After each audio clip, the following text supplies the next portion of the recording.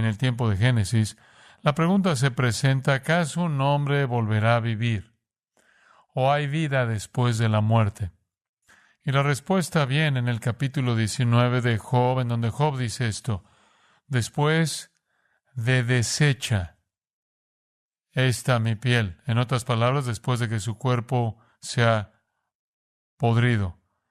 Sin embargo, en mi carne yo veré a Dios, al cual veré por mí mismo, y mis ojos lo verán, y no otro. Aunque mi corazón desfallece dentro de mí. Haciendo la pregunta: ¿volverá a vivir un hombre? Job responde a la pregunta: sí, volverá a vivir. Su carne es corrompida, sí, pero en otro tipo de carne verá a Dios. Y eso es suficiente para que su corazón desfalleciera. Todo ser humano que muere resucitará para ver a Dios. Toda persona que ha vivido. No hay escape. Una vez que usted nace, usted es para siempre. Ahora quiero que pase a Juan capítulo 5 y quiero ofrecer este texto muy, muy profundo para usted, para ayudarle a entender lo que acabo de decir. La resurrección es el tema de este pasaje. El capítulo comienza con Jesús curando a un hombre en el estanque de Betesda, un hombre que había tenido algún tipo de discapacidad durante 38 años y había creído un tipo de superstición de que si usted podía entrar en el agua cuando un ángel acababa de agitar el agua, como la superstición pudo haber indicado, él podía ser curado, y él había estado ahí por muchos años y nunca había pasado. Pero un día Jesús vino y Jesús curó a ese hombre y le dijo que enrollara su pequeño tapete de paja, lo colocara en su hombro y caminara. Y lo hizo. Fue un milagro masivo, inescapablemente obvio para toda persona que había visto a ese hombre ahí durante décadas. Como resultado de esa curación por parte de Jesús, los judíos incrementaron su deseo de matarlo.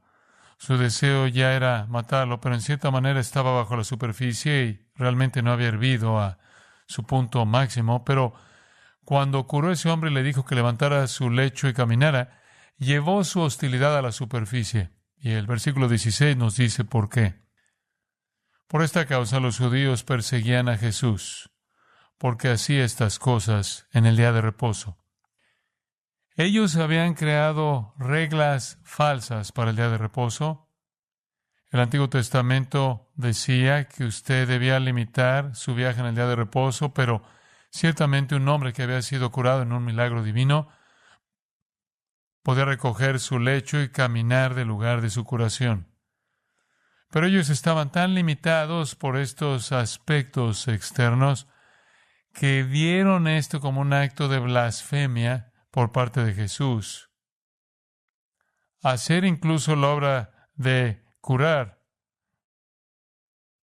porque usted no debía trabajar en el día de reposo, y después que el hombre cargara su lecho, entonces en el versículo 18 leemos: por esto los judíos aún más procuraban matarlo.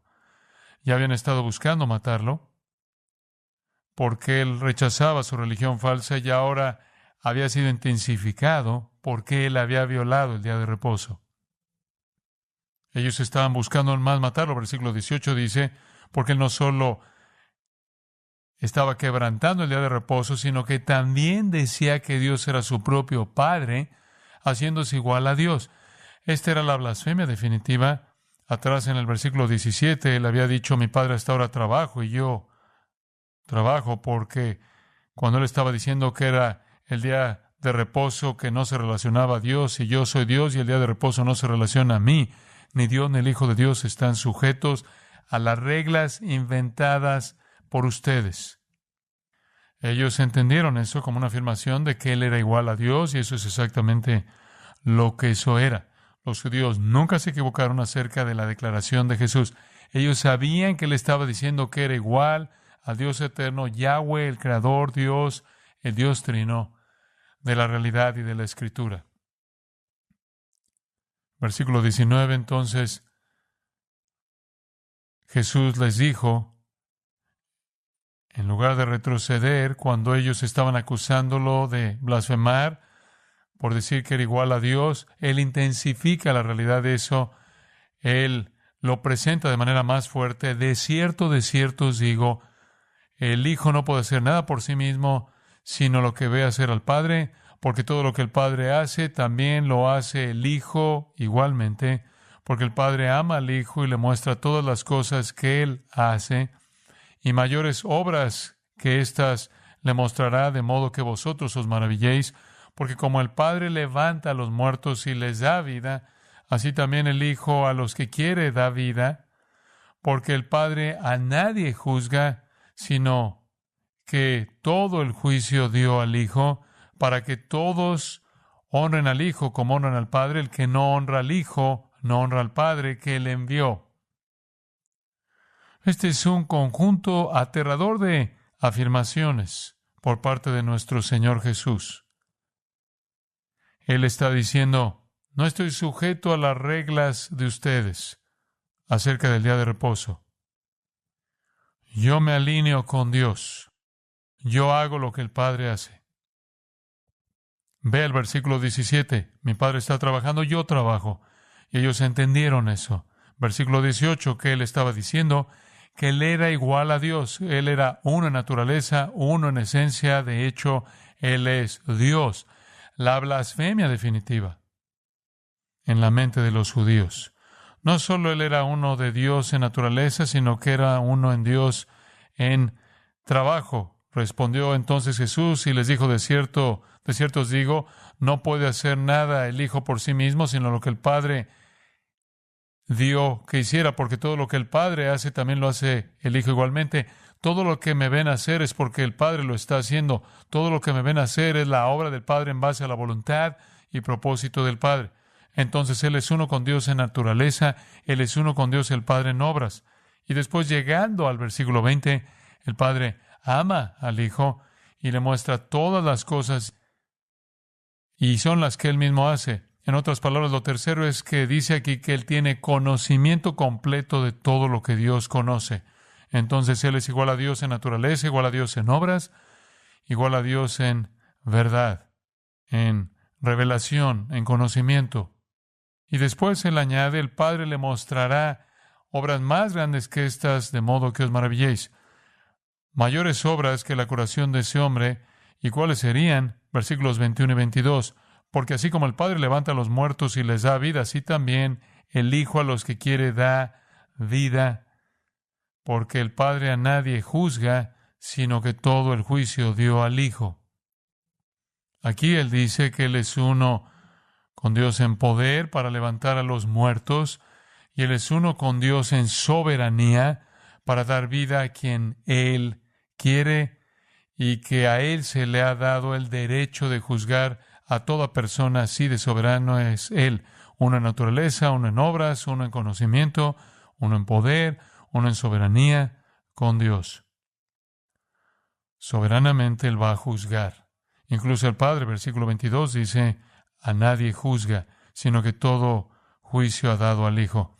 Después, en la declaración final, para que todos honren al Hijo así como honran al Padre. El que no honra al Hijo, no honra al Padre que le envió.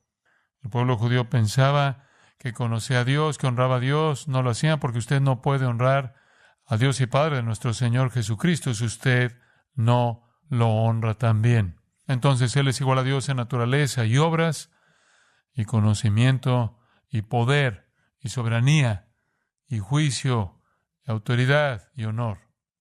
Él simplemente está presionando este juicio de la igualdad al grado que era contundente más allá de la comprensión para los judíos que pensaban que él era un mentiroso y un fraude.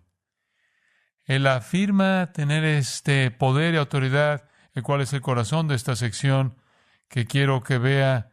Pero quiero que vea los versículos 21 y 22, cuando Él dice que tiene poder para levantar a los muertos y darles vida.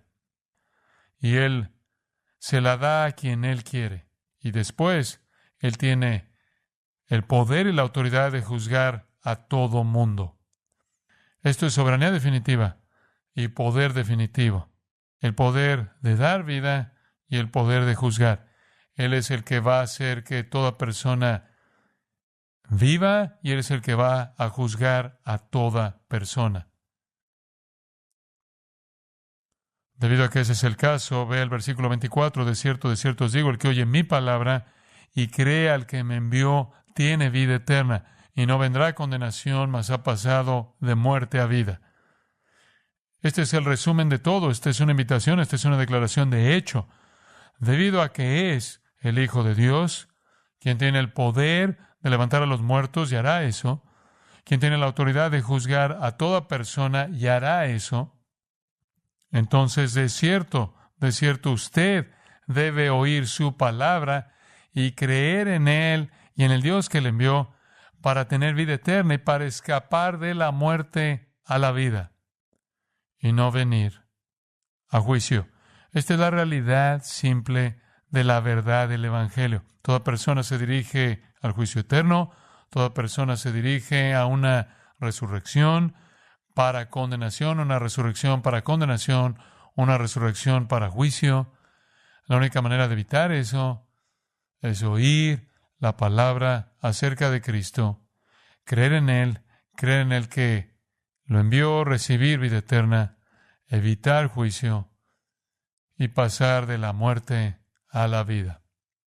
Este es el corazón del Evangelio. Muchas veces cuando usted oye el Evangelio, en nuestra época, parece como si la gente solo quiere hablar de lo que puede lograr para usted en esta vida. Eso es mucho.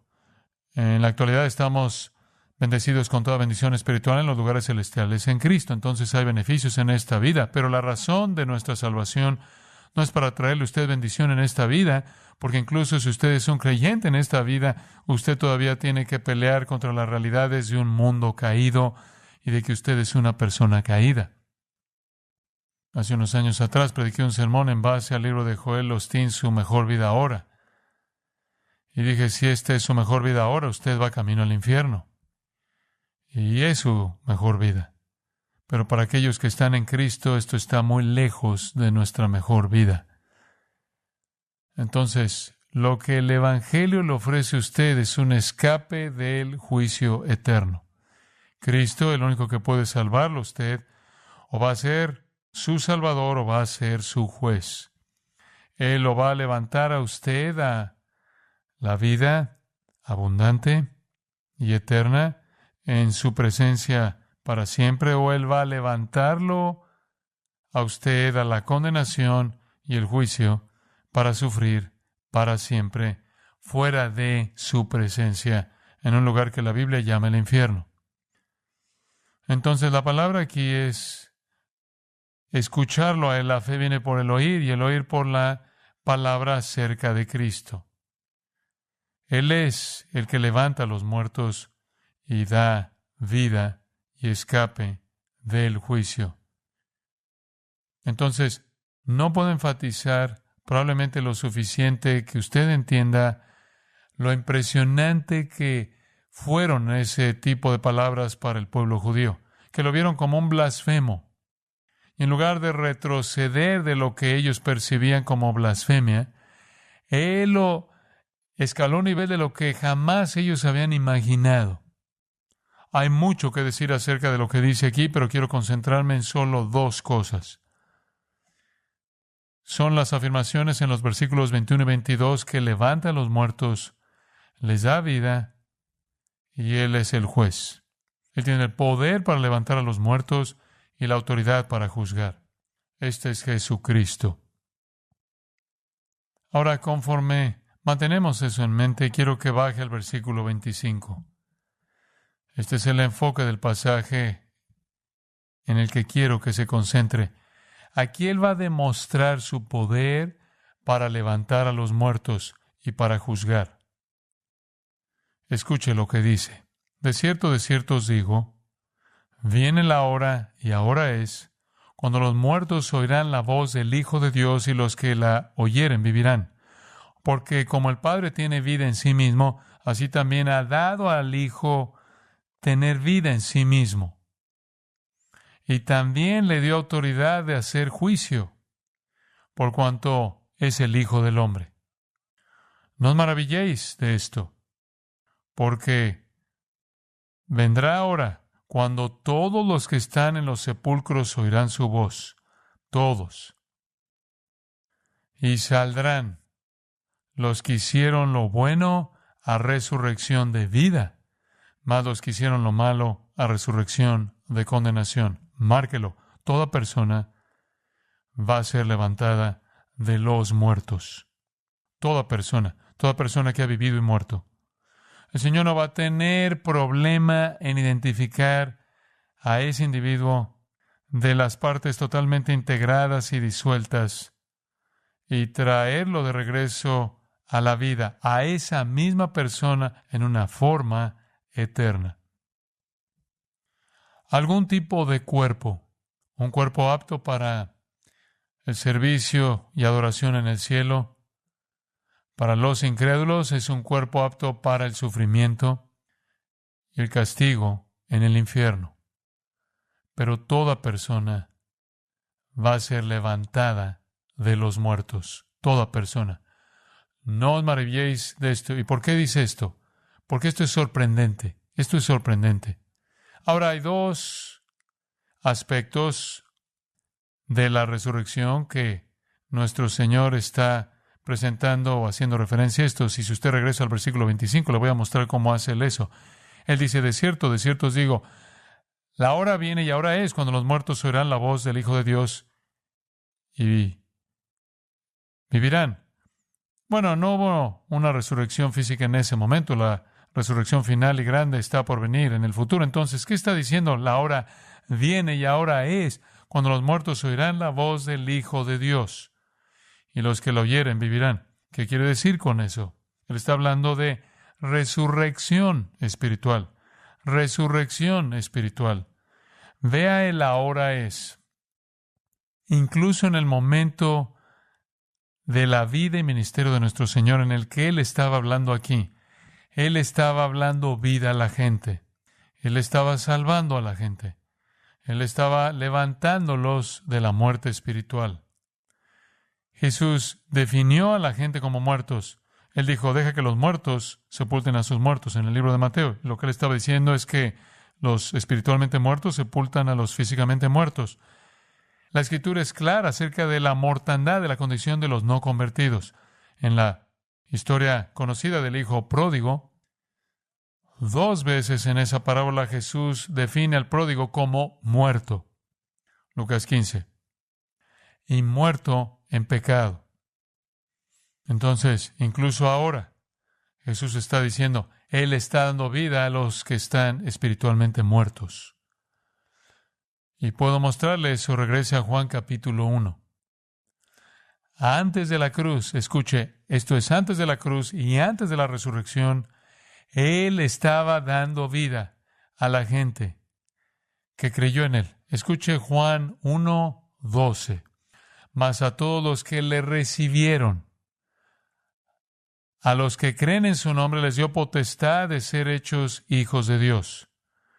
No hay cruz aún, no hay resurrección aún, no se les requirió que creyeran en su muerte y resurrección, no había sucedido eso, sino que a cualquiera que lo recibió, a él habiendo creído en él, creyendo que él decía ser el Mesías, el Hijo de Dios, y lo recibieron como Salvador y Señor sin siquiera saber algo acerca de lo que aún estaba por cumplirse, los eventos de la cruz y la tumba abierta, les dio potestad de ser hechos hijos de Dios. Entonces ellos podían creer y ellos podían recibir a Cristo y no tener nada en sus mentes en absoluto acerca de su muerte y resurrección, y todavía serían hijos de Dios.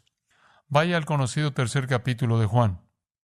De tal manera amó Dios al mundo que ha dado a su Hijo unigénito, para que todo aquel que en Él cree, ¿en quién? En Él, no en la cruz ni siquiera en la resurrección, sino el que cree en Él, no se pierda, mas tenga vida eterna, porque no envió Dios a su Hijo al mundo para condenar al mundo, sino para que el mundo sea salvo por Él. El que en Él cree no es condenado, pero el que no cree ya ha sido condenado porque no ha creído en el nombre del unigénito Hijo de Dios. Entonces, ya Él estaba dando vida a la gente. Él había estado dando vida a la gente desde el comienzo. Regrese a Abraham. Pablo dice acerca de Abraham en Romanos, él creyó en Dios y le fue contado por justicia. Él es la ilustración de la justificación en Romanos 4. Él creyó en Dios y fue justificado mediante creer en Dios. Abraham no conocía nada de la cruz ni de la resurrección. Sé que Romanos 10 dice que si confesares con tu boca que Jesús es el Señor y creyeres en tu corazón que Dios le levantó de los muertos, serás salvo. Eso es porque de este lado de la muerte de la cruz, ahora la muerte en la cruz y la resurrección, usted debe creer en eso. Pero antes de eso era cuestión de creer todo lo que había sido revelado, y Dios contó ese tipo de fe como la fe que abrazaba la justicia divina. Usted ve lo mismo en el versículo 36 de Juan 3. El que cree en el Hijo tiene vida eterna. La ira de Dios no permanece en él. Entonces, ya la gente que creía en él, como los discípulos, no habían llegado a la cruz aún, como el samaritano. Usted ve eso en el capítulo 4. Si usted ve el capítulo 4 del Evangelio de Juan, usted ve a muchos samaritanos que creyeron ahí en el versículo 41. Después de que Jesús se encontró con la mujer en el pozo, muchos otros creyeron por la palabra de él. Y decían a la mujer, ya no creemos solamente por tu dicho, porque nosotros mismos hemos oído y sabemos que verdaderamente este es el Salvador del mundo. Ellos necesitaban creer que Él era el Salvador del mundo, el ungido de Dios, el Redentor, y creyendo serían salvos.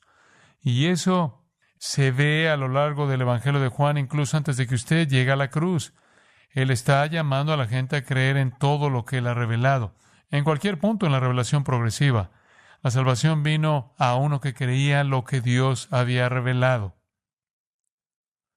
Creer al punto de que Dios había revelado era todo lo que se podía esperar. Entonces, esa es la parte de la hora regrese al versículo 25.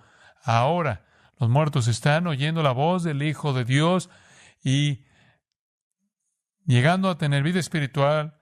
La vida espiritual se le da a aquellos que oyen la voz del Señor, que oyen la voz de Cristo. La hora de la vida ya está aquí. Como siempre ha estado, la salvación está disponible, pero hay más por venir. Viene la hora también, cuando los muertos oirán la voz del Hijo de Dios y los que la oyeren vivirán. Bueno, ¿qué es lo que está por venir? Lo que está por venir es la cruz y la resurrección, y una hora está por venir cuando habrá una gran respuesta enorme a la cruz y a la resurrección y fe. Y dará luz a la iglesia, y le leí eso a partir de Hechos 2. La hora que estaba por venir era la cruz, la resurrección, el nacimiento de la iglesia, la predicación del Evangelio, la crucifixión y resurrección de Jesucristo. Entonces ya los que estaban espiritualmente muertos estaban recibiendo vida. Sin embargo, en el futuro, después de la cruz y la resurrección, habrá incluso una explosión aún más grande de fe, porque en Pentecostés 3,000 llegaron a la fe, unos cuantos capítulos más adelante, miles más creyeron, y poco después el Evangelio voltea de cabeza al mundo. Entonces, nuestro Señor está hablando aquí de vida espiritual. Él levanta a los que están espiritualmente muertos, nos lleva de regreso a Efesios 2. Estabais muertos en delitos y pecados, pero Dios junto con Cristo le ha dado vida a usted. A usted se le dio vida. Romanos 6:13 describe a los cristianos como aquellos a quienes se les ha dado vida. Estaba muerto en sus delitos y pecados. Colosenses 2, muertos en vuestras transgresiones. Muertos porque usted literalmente nace muerto. Y solo el Señor puede darle vida a usted. Como sucedió al oír la voz del Hijo de Dios. Cristo es el único que puede hablar y darle vida a los muertos. Él es el que regenera. Él es el que da vida espiritual. Esta es una expresión impresionante de poder espiritual. Él toma a los que están espiritualmente muertos y los regenera. Es el nuevo nacimiento, es regeneración, es nueva vida. Es una nueva creación. Y por cierto, a él se le da el título Hijo de Dios en este ministerio en particular de dar vida, porque solo Dios puede dar vida, solo Dios es la fuente de vida. Y aquellos que oyen la voz del Hijo de Dios, conforme Él habla, van a vivir, porque Él tiene el mismo poder, versículo 26, de dar vida que el Padre tiene también. Efesios 5:14 dice, despierta tú que duermes, levántate de los muertos y Cristo te dará luz. Esto es lo que hacemos con el Evangelio. Predicamos el mensaje de salvación en Jesucristo, mediante el cual el Espíritu Santo hace que la gente tenga vida. Colosenses 2:13, Él os dio vida. Resurrección espiritual. Él tiene el poder para eso y Él tiene la autoridad para eso. Pero en lo que me quiero concentrar, solo de manera breve, no es esa resurrección espiritual, sino más bien lo que sigue esa resurrección espiritual en el futuro, y esa es la resurrección física. Ve el versículo 27. El Padre no solo le dio al Hijo también tener vida en sí mismo, sino que le dio autoridad de hacer juicio por cuanto es el Hijo del Hombre, es el Hijo de Dios, porque se necesita que Dios dé vida, Él es el Hijo del Hombre, porque se necesita uno que sea un hombre, que se siente juzgando sobre los hombres, no sea que los hombres piensen que son juzgados por un juez injusto. Cristo, quien fue tentado en todo según nuestra semejanza, será el juez de todos los hombres. Le dio autoridad de hacer juicio por cuanto Él es el Hijo del Hombre. Entonces Él es la vida, yo soy el camino y la verdad y la vida. Él dijo, el que me encuentra a mí encuentra la vida. Y Él también tiene el poder para juzgar. Y eso nos lleva a la resurrección física, versículo 28. No os maravilléis de esto, porque vendrá hora. De nuevo, no una hora en sí, sino una época, un periodo de tiempo. Vendrá todavía en el futuro, en el que todos los que estén en los sepulcros oirán su voz, y los que hicieron lo bueno saldrán a resurrección de vida, mas los que hicieron lo malo a resurrección de condenación. Ahí está. Toda persona sale de las tumbas. Toda persona.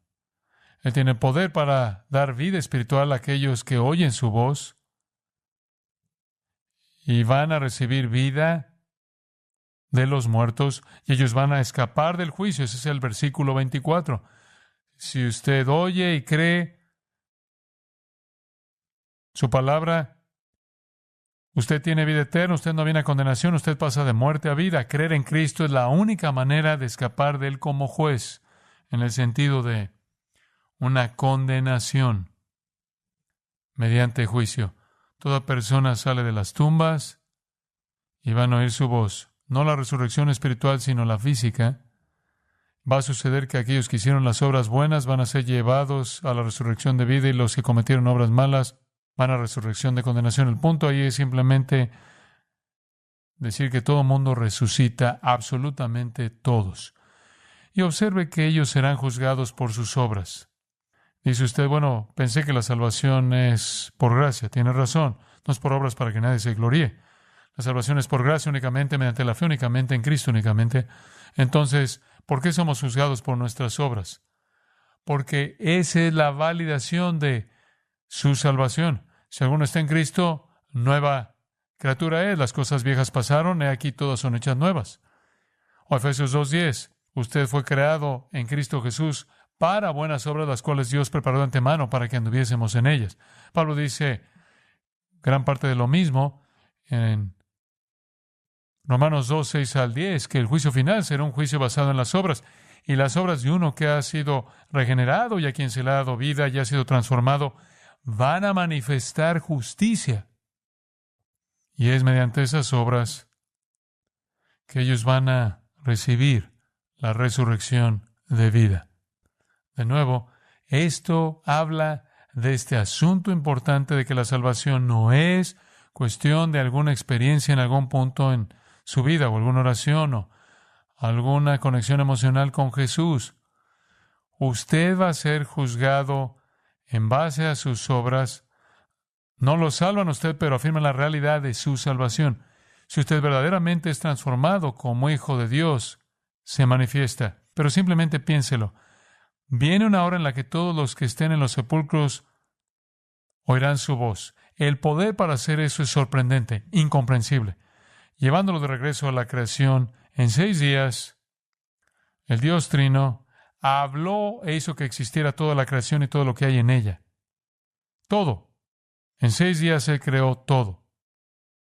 Entonces realmente no es una situación difícil que Él resucite a los muertos y los vuelva a ensamblar en alguna forma externa para el cielo o el infierno, pero el poder para hacer eso va más allá de cualquier tipo de comprensión.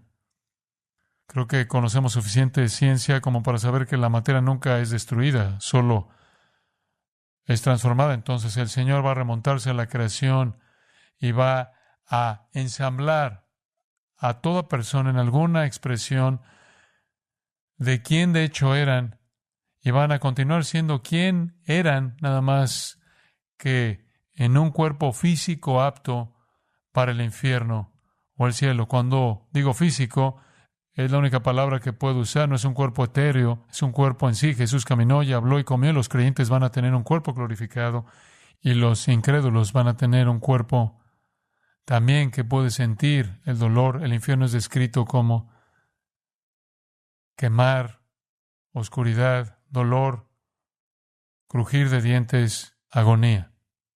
Entonces, este es un poder sorprendente. De nuevo, usted tiene que colocarse en la posición en la que estaban esos judíos conforme Él estaba hablándoles esto. En primer lugar, era suficiente como para que Él hiciera algo en el día de reposo y tener el poder para hacer eso porque era Dios. Y de ahí decir que yo tengo el poder de levantar a toda persona de los muertos y traerlos al juicio, y después tengo la autoridad de juzgarlos. Obviamente, para esos que habían sido resucitados espiritualmente no hay condenación, Romanos 8:1. Y ellos son resucitados para la resurrección de vida, no de juicio. Aquellos que cometieron obras malas y de esta manera demostraron que no hubo transformación, enfrentan una resurrección de juicio. Esto es a donde se dirige el mundo. Es bastante sorprendente cuando usted piensa en cómo la gente es tan irreverente acerca del fin de su vida. Lo poco que piensan en eso. Lucas 14 habla de la resurrección de los justos.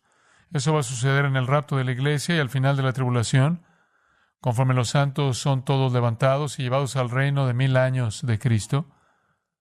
Al final de esos 1000 años está la resurrección de los injustos. Es una resurrección especial. Quiero cerrar al mostrarles esa resurrección en Apocalipsis capítulo 20. En el libro de Apocalipsis seguimos la cronología. Cristo viene en el capítulo 19, establece su reino durante 1000 años y después de los 1000 años observa el versículo 5 de Apocalipsis 20. Pero los otros muertos no volvieron a vivir hasta que se cumplieron los 1000 años. Esa es una afirmación en paréntesis. Entonces los muertos incrédulos van a permanecer en la tumba hasta que el reino milenial de 1000 años se acabe. Los santos, primer grupo de ellos, van a ser llevados en el rapto de la iglesia, después vendrá la tribulación y después vendrán los santos que quedan del Antiguo Testamento. Al final de la tribulación, Daniel capítulo 2 indica que van a ser resucitados de los muertos. Entonces usted tiene a los creyentes del Nuevo Testamento y los creyentes del Antiguo Testamento en cuerpos en forma glorificada y resucitada, regresando con Cristo. Usted lo ve en Apocalipsis 19, regresan con Él, sus túnicas son lavadas, son blancas, para estar con Él en la tierra, todos los santos resucitados. Durante esos 1000 años todavía habrá personas que entrarán en el reino vivos, en la tierra como creyentes, van a tener descendencia a lo largo de los 1000 años.